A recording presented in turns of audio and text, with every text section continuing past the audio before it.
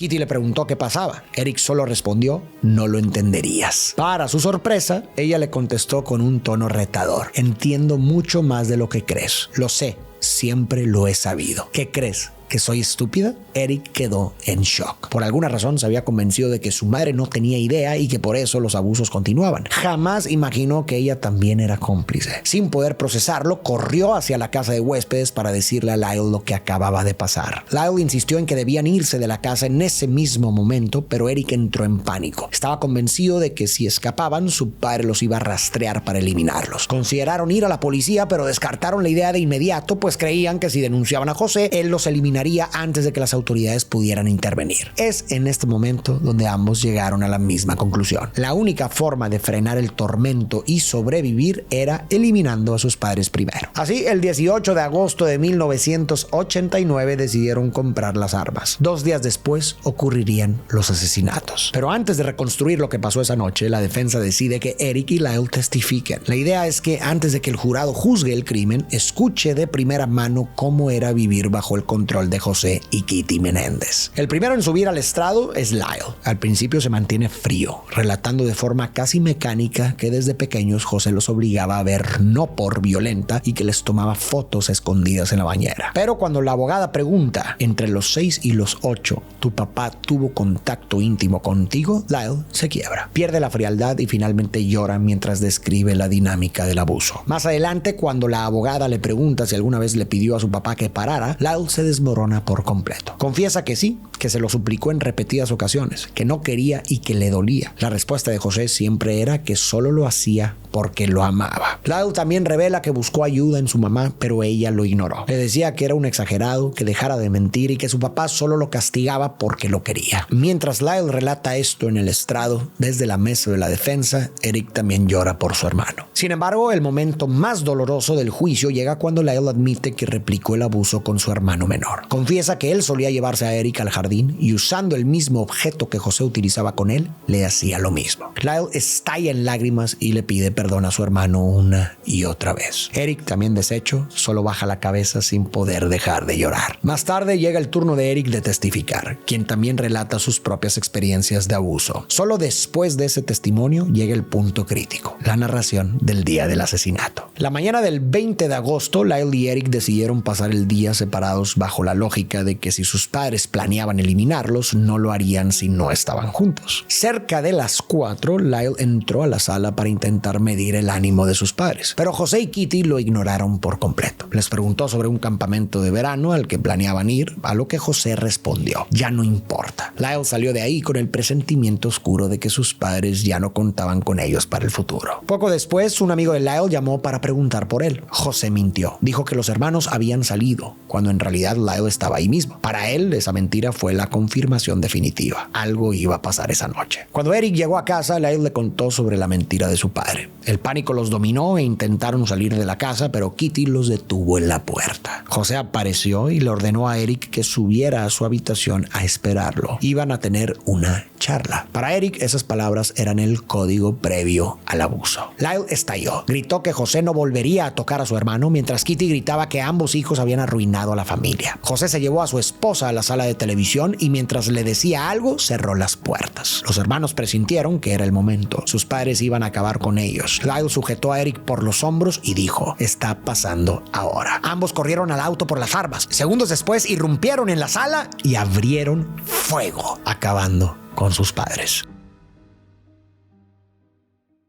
Al terminar, los hermanos esperaron un rato. Estaban seguros de que la policía vendría por ellos. El ruido había sido tan fuerte que parecía lógico que los vecinos hubieran alertado a las autoridades, pero nadie llegó. Ante el silencio, entendieron que todavía podían fabricar una coartada. Recogieron los casquillos del suelo, encendieron las luces del cuarto de televisión intentando no mirar los cuerpos y huyeron en el auto. Después se deshicieron de las armas y de la ropa ensangrentada. Y cuando volvieron a casa, ellos mismos llamaron a la policía. Y ahora sí, tras escuchar todos los testimonios, llega el momento de que el jurado delibere. refiere. ¿Se trata de un asesinato en primer grado, es decir, un crimen premeditado y a sangre fría, o de un homicidio involuntario, un acto impulsado por el miedo, el trauma y la convicción de que sus vidas corrían peligro? El jurado se toma su tiempo porque no logran ponerse de acuerdo, en especial porque hay una clara división entre géneros. Por un lado, las mujeres se muestran profundamente conmovidas por todo lo que los hermanos aseguran haber sufrido y se niegan a declararlos culpables de asesinato en primer grado. Entre los hombres, en cambio, hay mucho más escepticismo. Algunos tienen dificultades para creer la historia de abuso, quizá influidos, al menos en parte, por los prejuicios de la época sobre la posibilidad de que un hombre pudiera ser víctima de violencia íntima.